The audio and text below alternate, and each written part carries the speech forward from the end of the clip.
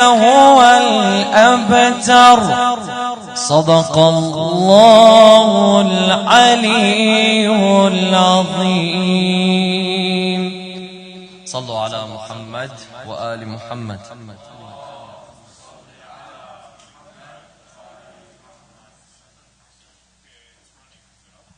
Thank you, Brother Yusuf, for that beautiful recitation.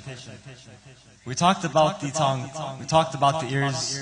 Inshallah, now we're going to move on to the eyes with our respected scholar, Sheikh Aous, on the topic of why won't he look at me?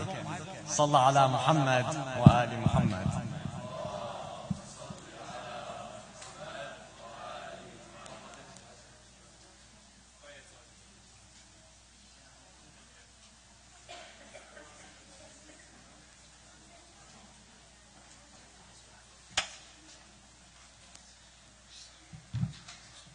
صلوا على محمد وآل محمد.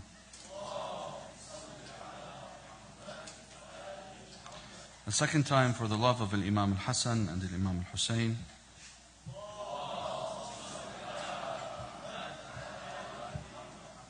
The third time for the love of Lady Fatima with the loudest of voices.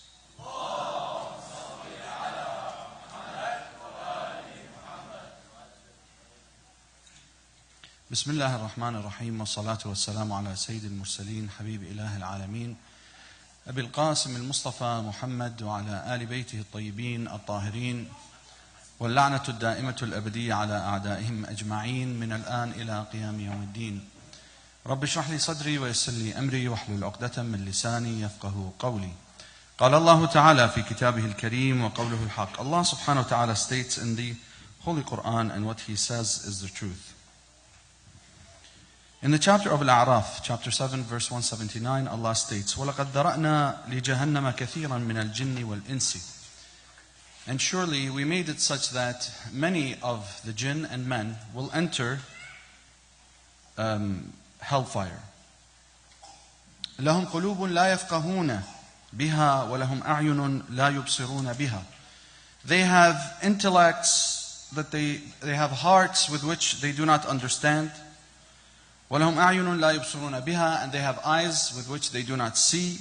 وَلَهُمْ آذَانٌ لَا يَسْمَعُونَ بِهَا, and they have ears with which they do not hear. أُولَٰئِكَ كَالْأَنْعَامِ بَلْ هُمْ أَضَلُّ. Surely they are like cattle prod, rather they are more astray. أُولَٰئِكَ هُمُ الْغَافِلُونَ. Those are the heedless, Allah subhanahu wa ta'ala says. صدق الله العلي العظيم. آمنا بالله. السلام عليكم ورحمة الله وبركاته. So in the last few nights, we've spent quite a bit of time trying to understand ourselves, right? Trying to understand our universe, understand our Creator, understand our role and our purpose in this life, and understand how it is that we're going to fulfill that ultimate purpose. And we said that that ultimate purpose is what? What's the ultimate purpose? كأن الطيور على رؤوسهم. What's the ultimate purpose? Why were we created? To do what? To worship Allah. That's the easy answer. Why the worship? As a sign of what? Ahsantum, good. As a sign of gratitude. So, now that we understand this, and we said that there is a logical necessity for us to show Allah Almighty gratitude, we said because that's the least that we could do, because He is the one that brought us to this world. He's the one that created everything. He's the one that gave us our parents. So by priority, just as we would want to please our parents and show them obedience, that we would have to do the same thing to Allah Almighty, but rather even more, in greater amounts. Look for those opportunities. But in order to do so, we realize that we have to be proactive. We have to find the problems around us and within ourselves. We find that we have to solve those problems, and so we take the initiative, and we said that what we have to do is change our self-talk, right? That's what we're going to do. We're going to encourage ourselves by changing the negatives to positives, right? We said we're going to do that not only in how we talk to ourselves, but also how we talk to others, right? So we learned how to talk to ourselves. We learned how to talk to others.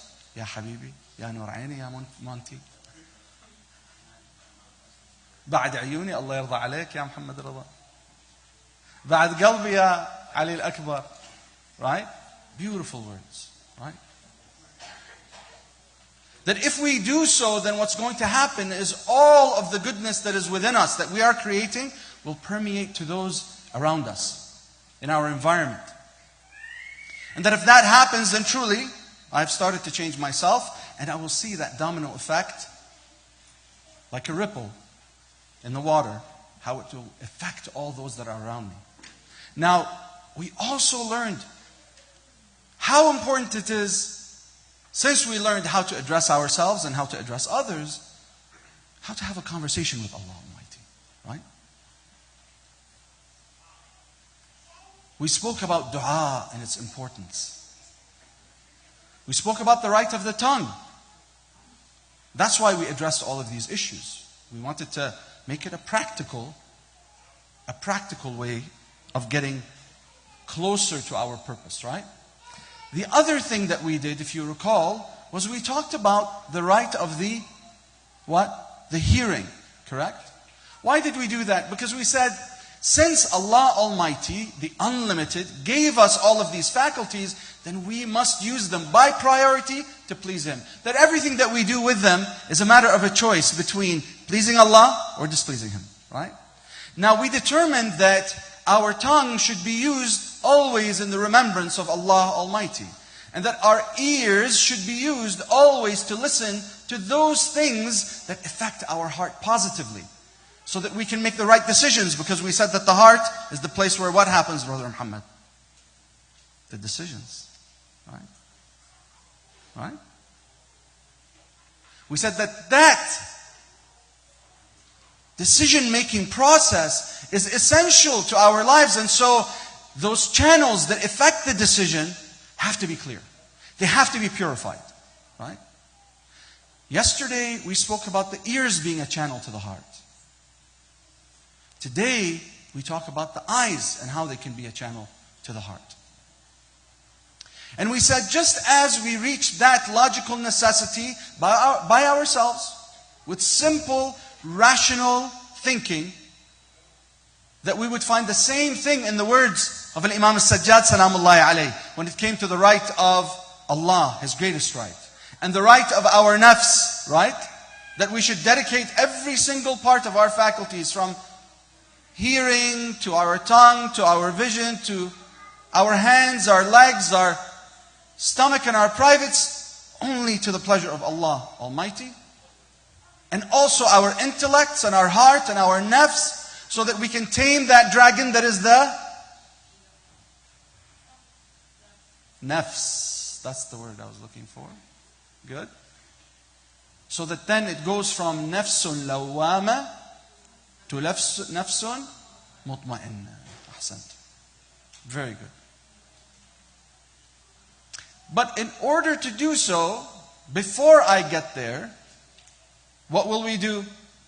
After going through the logical process of understanding that my hearing is essential to the decisions that I make, just like we determined yesterday, that our vision also, logically speaking, is also essential to that process.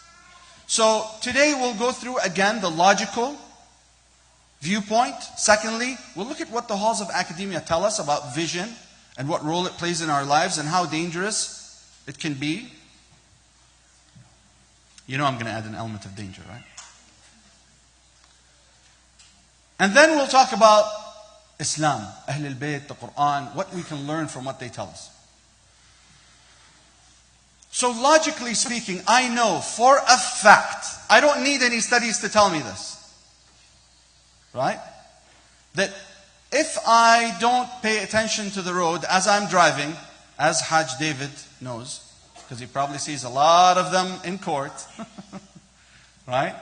When people are not looking at the road but looking at their phones, what could happen? Accidents could happen. You could run a red light, right? What else? You could kill somebody, exactly, right? You could hurt yourself also, right? And then you end up in court in front of Judge David, the Honorable Judge David, and then next thing you know, he might not be as kind, even though he's one of the kindest men I know.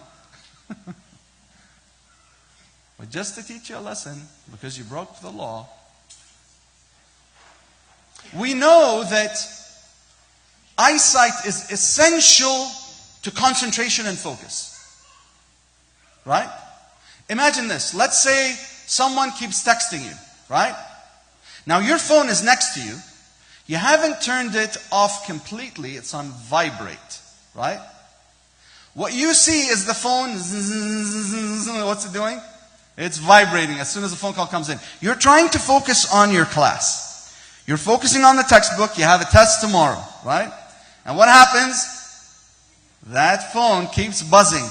But you're like, I'm going to ignore it. But you see, you ignore it, and then you put it on silent, and then after you put it on silent completely, what do you keep doing?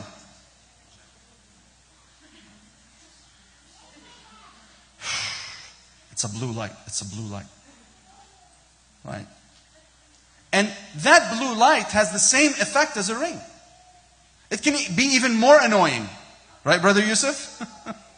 That light, when it goes off, and you know that means you've got a message or a notification or something, it's just as effective as you hearing that ding. Right? Just as effective.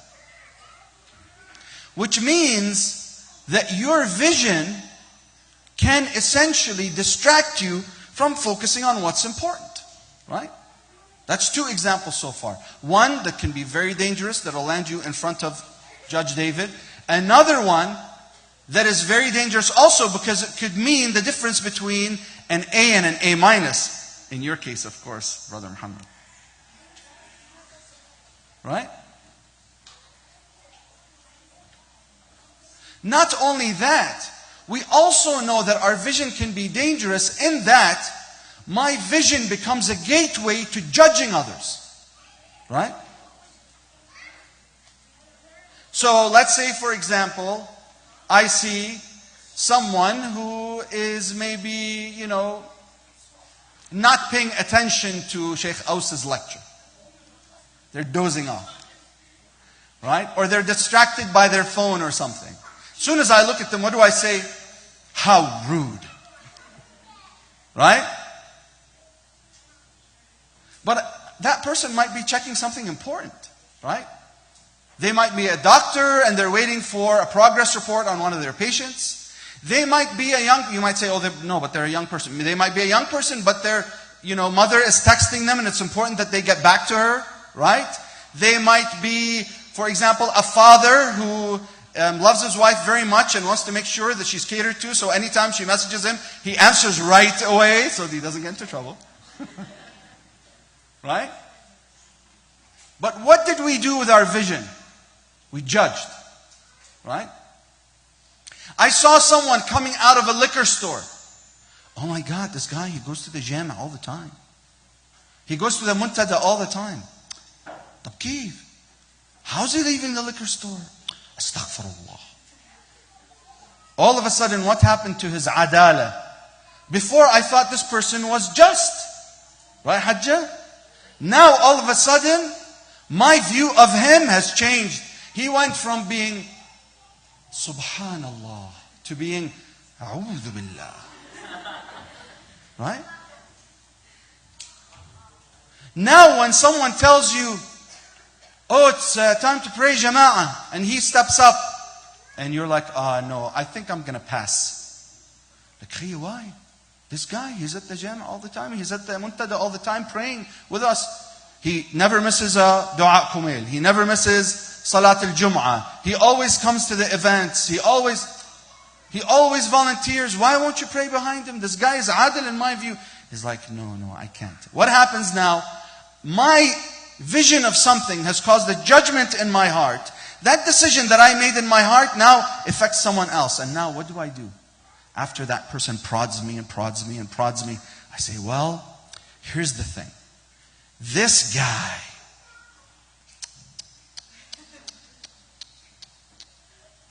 I thought, but no, he is A'udhu Billah. Right? And now, this guy won't pray behind him either. What happens after that? The people who are around, they say, as our Farsi brothers say, Iranian brothers, Chi hajat? Chi khabar? What's going on? Agha, why won't you pray behind him? No, I can't. I think I'm going to pray for Ada on the side. Why? And he keeps prodding and prodding and pushing and pushing. And then what happens? Well, you see, you know this guy? He was mashallah. Now he's A'udhu billah. Why? Did you see? No, but my friend, trustworthy, he saw. Maybe the guy really needed to go to the bathroom. And that's all that was available to him. Could it have been? Could it have been? Maybe he was thirsty. It wasn't the month of Ramadan. And he really needed to get a bottle of water. And he had no other choice. Sheikh, he has other choices. Maybe his baby was thirsty in the car and was crying. And they needed to make milk. And the only thing he could do is stop at the corner store because he's a good husband. His wife told him to stop at the corner store. And that was the only corner store that was there. Like a good husband, he followed his wife. Exactly what she said, verbatim. Now all of a sudden, just because he listened to his wife, what happened? He's no longer adil. No one will pray behind him. This all started with what? With someone seeing someone doing something that they thought was wrong. And now we have social distress. Right? Correct or no? Or as would happen in the court with Hajj David. Today I'm picking on Hajj David. You know, someone comes into court, right? And they think they're the only person. So they're very nervous, you know. They're coming in and I hope nobody sees me. Shu akhir umri in the courts, and the end of my life, I'm in the courts, what's going on, right? You know, everybody's looking over their shoulder. And then, what happens? Someone gets a glimpse of someone else that they know. He was in court. Yeah. Absar shu kan aamil. Who knows what he did? Right? Right, Hajj David? That happens, right? And all of a sudden, you know, it's like, as soon as that person hasn't even left the court. Of course, in the court, you're not allowed to bring in your phones. Right, Hajj David? Exactly. But as soon as he gets that phone, I said he, I didn't say she, sisters, I'm not picking on you. Okay? What happens? Our sisters don't go to court. What happens? Sallu ala Muhammad. As soon as they get out of court, all you hear is the fingers tapping.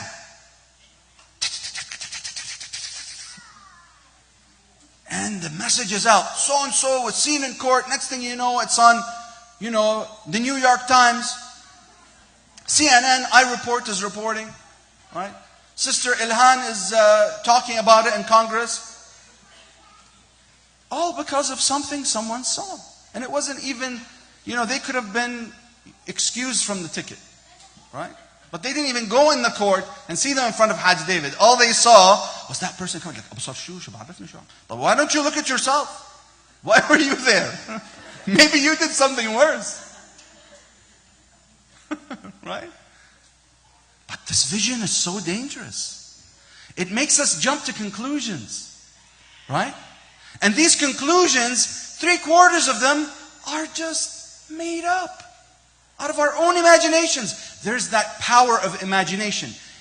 If I feed my power of imagination with false perceptions, so I see something, I read it a certain way. That reading of what I saw or what I heard is called a perception.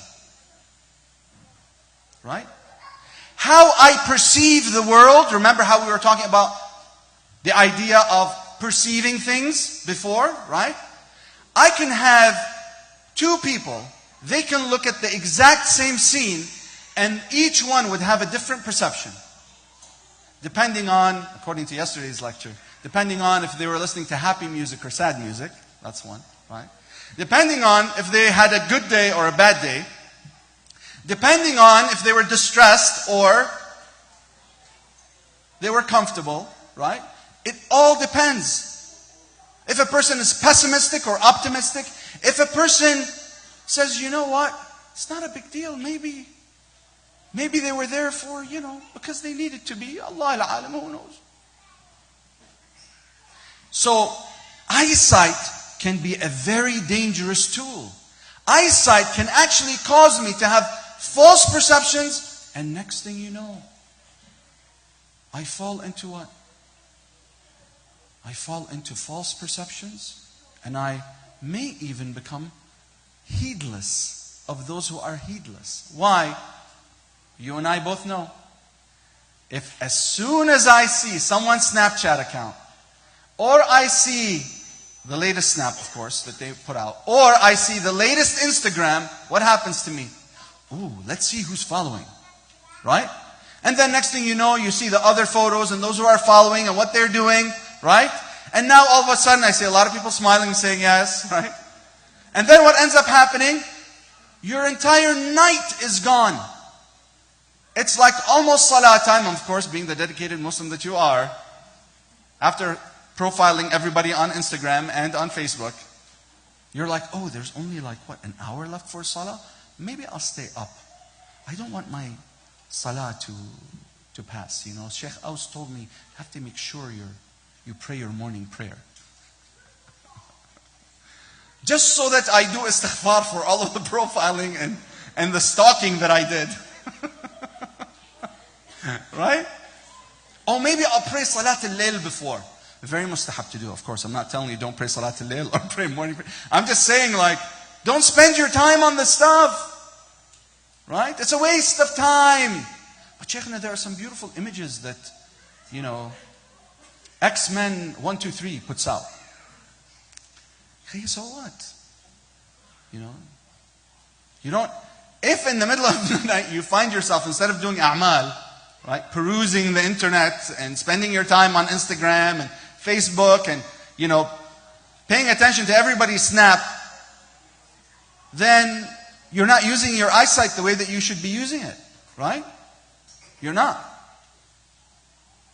Now there's another aspect I know logically that doesn't help me with my eyesight also. I know for a fact that if I want to marry someone these days, not me, I'm fine, I'm good. I'm married, alhamdulillah. Okay? I'm just saying. Today, if young men or young women want to get married, where do they go?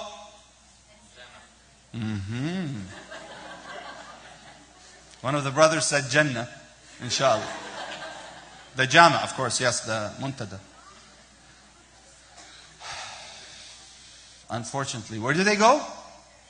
Instagram. So this brother, he calls me, he says to me, Shaykhna, I'm looking for, a good sister to marry. I said, Tabarak ar-Rahman. He said, so I was looking at Instagram to see what's out there. Alaykum salam wa rahmatullah. Who needs your khaltos sitting together, bringing you pictures and photos of girls the old school way, right? That doesn't happen anymore. Right? They come in, this lady comes in, she's got this whole photo album, she opens up, Then it turned to phone pictures like this here. Look at this one, let me WhatsApp the picture to you, Now, nobody does that anymore. Now, our youth already are going out and they're searching and they're doing, and not just that. They're chatting up a storm, right? Oh, Shaykhna, I just want to get to know, her mind.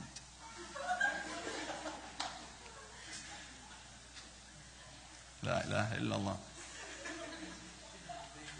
La ilaha illallah.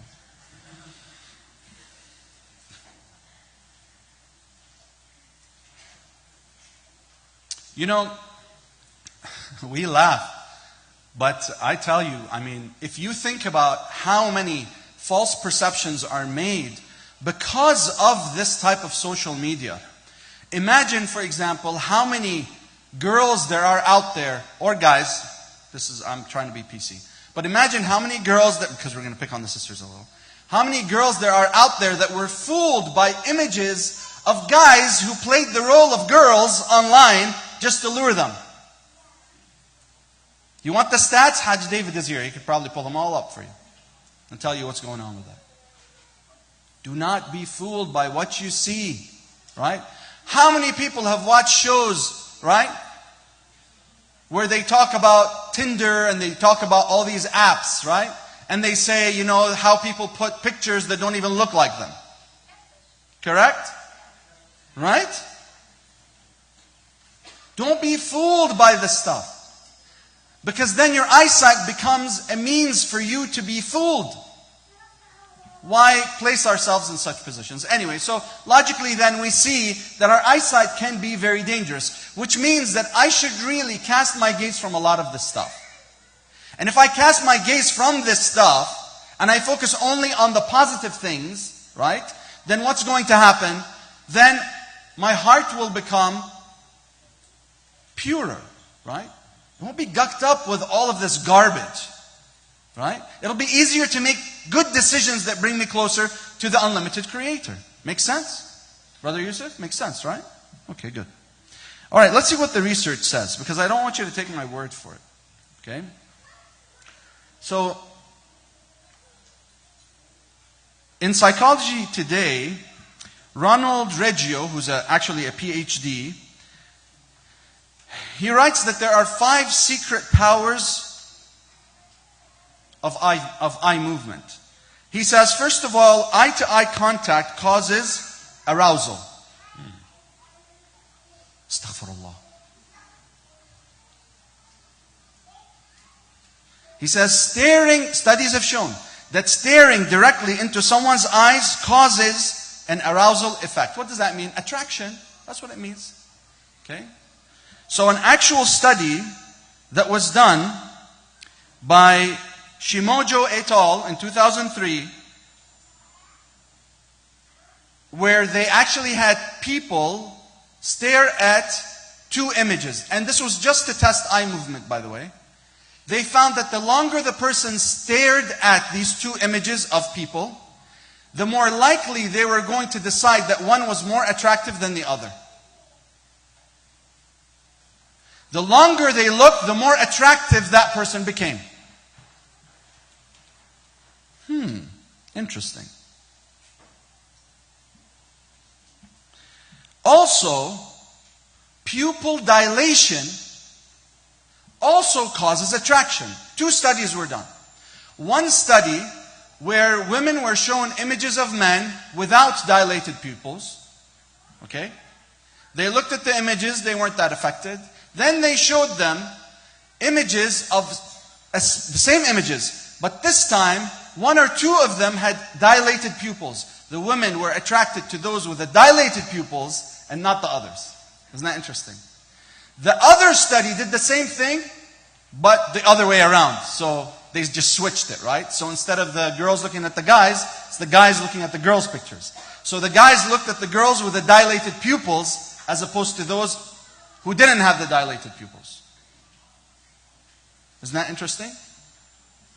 Now, why dilated pupils? Because you see, when 2 people are attracted to each other, according to studies, or the pheromones are being thrown out there by our sisters, may Allah bless them as they're walking down, the street. What happens? Men naturally are attracted, according to the studies. The next thing that happens right away, when they look at each other, when they glimpse each other, is that causes their pupils to dilate. Why do pupils dilate?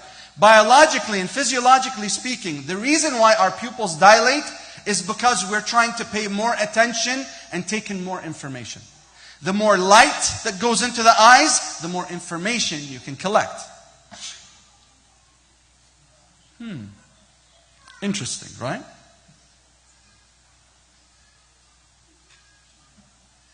So far then, the research shows that prolonged looking, right, increases attraction. That's the takeaway from these few papers of research, okay? The next thing I want to tell you is this. Studies in visual impairment of drivers showed that those who were visually distracted, accidents, I think it was in the year, I'm not sure of the year, I didn't write it here.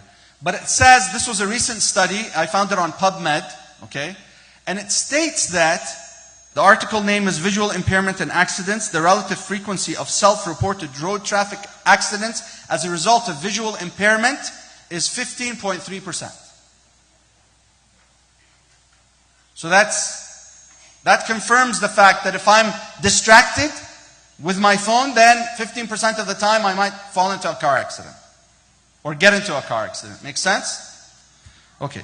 So academics then confirm to me two things. One, that my eyesight is very, very dangerous when it comes to looking at the opposite gender.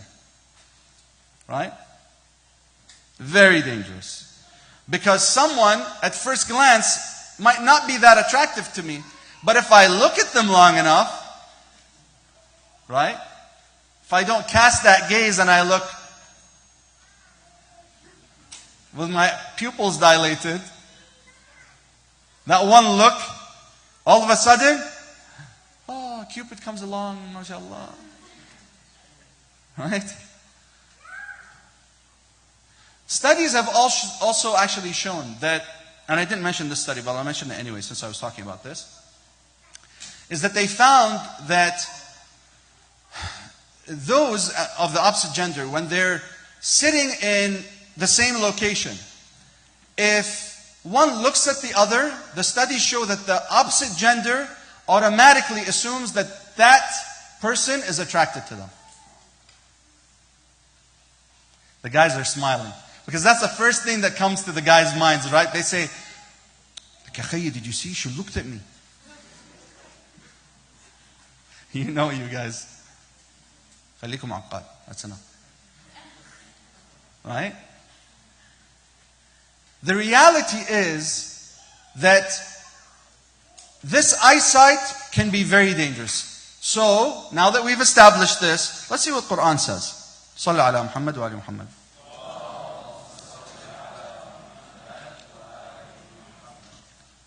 Allah says, إن السمع والبصر والفؤاد كل أولئك كان عنه مسؤولا. That's number one. Allah says, look, the hearing, the eyesight, your heart, you are held responsible for all those three things. Why?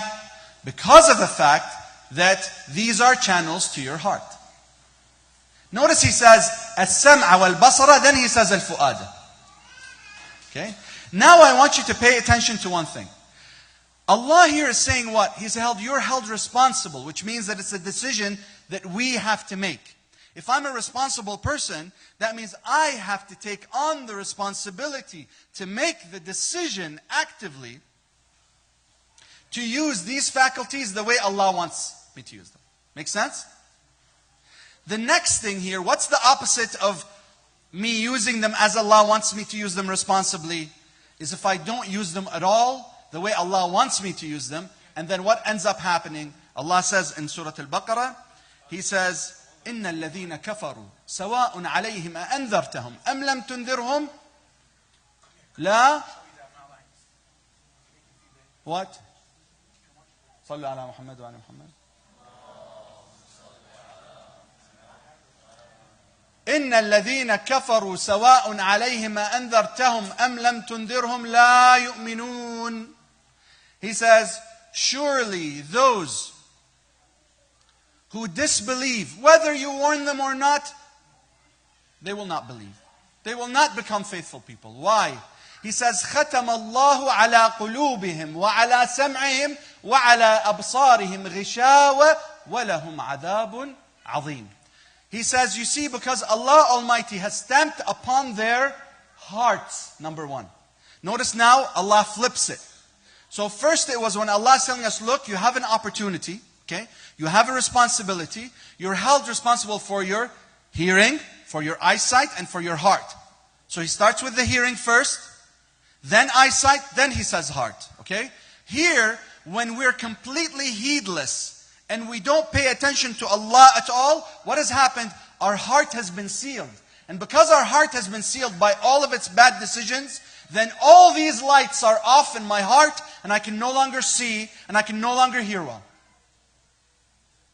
But that's because of a decision that I made. You see? That's because of a decision I made.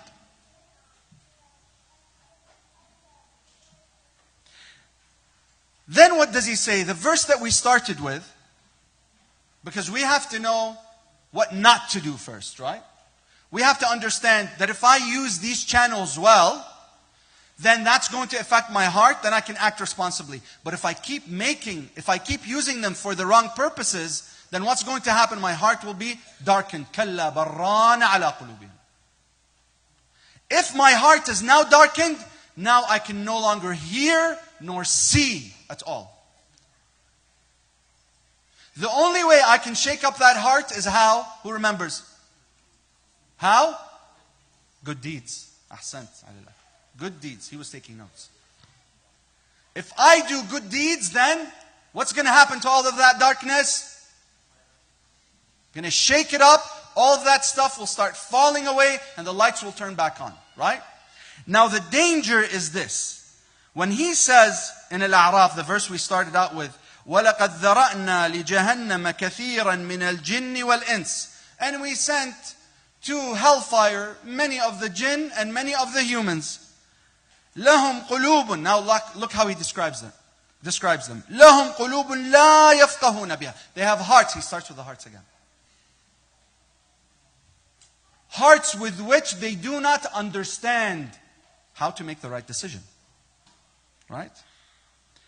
وَلَهُمْ أَعْيُنٌ لَا يُبْصِرُونَ بِهَا. They have eyes with which they do not see the truth. وَلَهُمْ آذَانٌ لَا يَسْمَعُونَ بِهَا. They have ears, but they can't hear what they're supposed to hear. They keep hearing the wrong things. Right? Backbiting, music, haram music, right? Haram music. أُولَٰئِكَ كَالْأَنْعَامِ. These people, they're exactly like cattle prod. أَلْهُمْ أَضَلْ. Rather, they're even more astray. And then he describes them. What does he say? أُولَٰئِكَ هُمُ الْغَافِلُونَ. Those are the ones that Allah has labeled as being the heedless ones. Ya Allah, I don't want to be heedless. What do I do? Yesterday, we talked about how it is that I can make my hearing a channel to the heart, right? A good channel. Today, we want to see what Imam al-Sajjad salamullahi alayhi tells me about my eyesight. So what does he say? He says, وَأَمَّا حَقُّ بَصَرِكَ فَغَضُّهُ عَمَّا لَا يَحِلُّ لَكَ. As for the right of your eyesight, for it is that you cast it from those things that are haram for you to look at. Okay? That's number one. Number two, he says, وَتَرْكُ ابْتِذَالِهِ.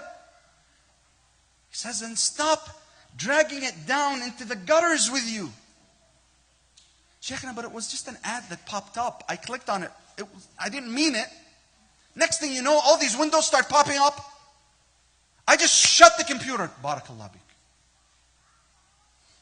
But if shaitan is in that room with you and you start looking at those pop-ups, كَانَ اللَّهُ بِعَوْنِي وَعَوْنِكَ. Right? If I start looking at, oh Sheikhna, no, I don't, alhamdulillah, I don't have that problem. But you know, I go on Instagram, sometimes I check what the sisters in the Jami' are posting. You know, sometimes I look at them a little too much. You know, I noticed she was wearing lipstick today in that picture. What, mashallah. You know, that's all I'm saying. I didn't say anything else. I said mashallah because I really meant inshallah in the future.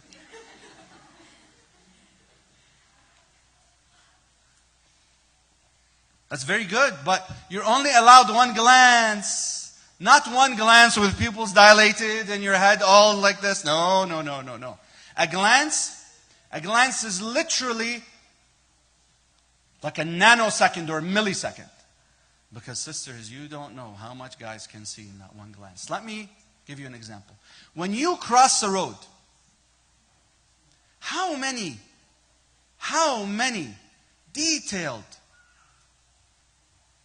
detailed measurements are your eyes and your brain taking before that heart makes the decision to cross the road? How many intricate details are you collecting in data for you to make a decision to make that left turn? Right, Dr. Sajjad? you're making critical decisions, which means you're going to notice not only the light, at the same time that you notice the lights, you're going to notice the oncoming traffic.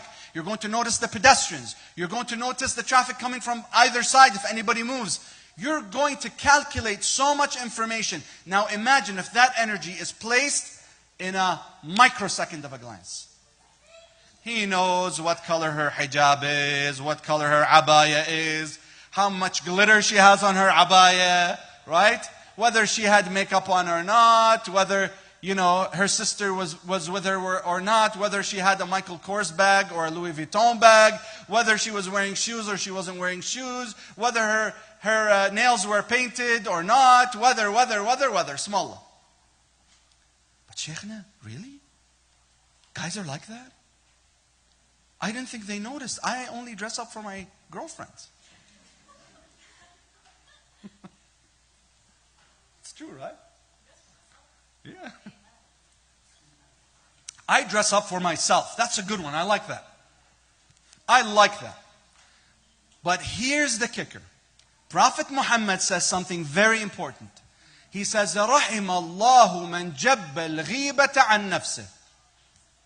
Islam is not about just your responsibility to yourself. Islam is about social responsibility also. It's about how you affect your community, right?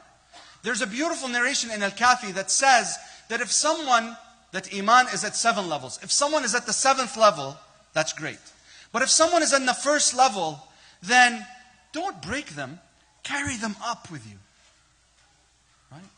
Be kind to these brothers, sisters.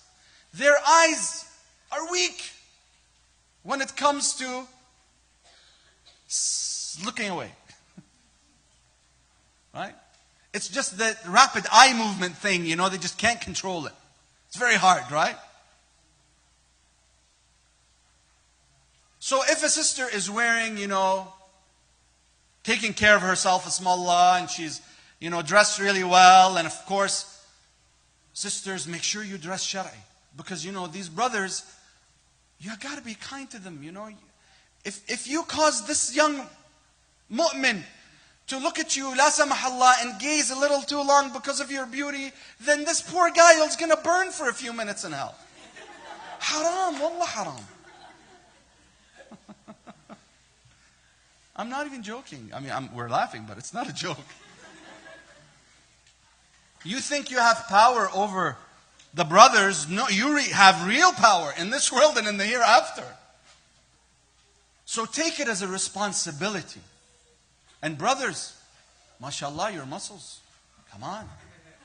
You don't have to show them to the world. Okay, you went to the gym. Cut down on the muscle shirts, shway. Have mercy on our sisters. You have a social responsibility too. Right? Let's see what else the Imam says. The Imam, salamullahi alayhi, he says here, so وَأَمَّا حَقُّ بَصَرِكَ, we said, فَغَضُّهُ عَمَّا لَا يَحِلُّ لَكَ وَتَرْكُ ابْتِدَالِهِ. Don't drag it down into the gutters with you. Right?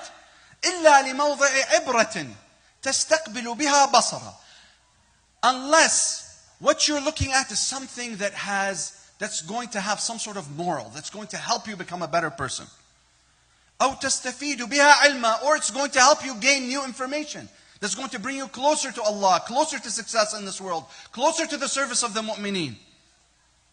فَإِنَّ الْبَصَرَ بَابَ الْاعْتِبَارِ, he says. For surely our eyesight is really the foundation of our very insight.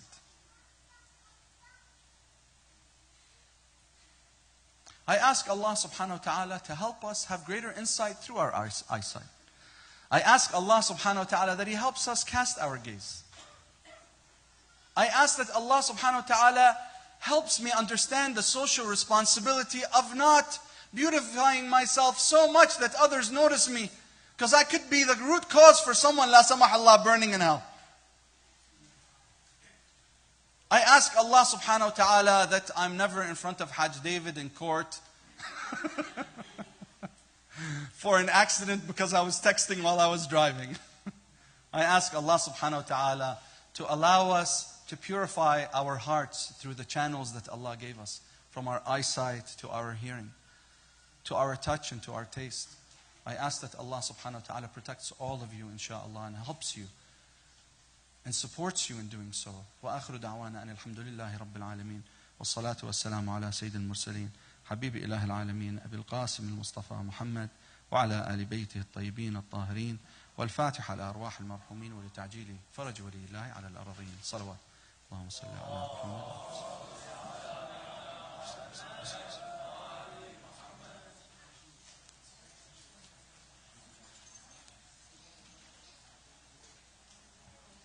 Thank you so much, Shaykhna, for that beautiful lecture. Inshallah, brothers, if you can stay, we're going to stack the chairs in the entire masjid in stacks of 8 for Friday prayer tomorrow. So if you guys can stay around and help, that'd be appreciated. Inshallah, we'll see you guys tomorrow night at 11 p.m. sharp. Sallallahu ala Muhammad wa ali Muhammad.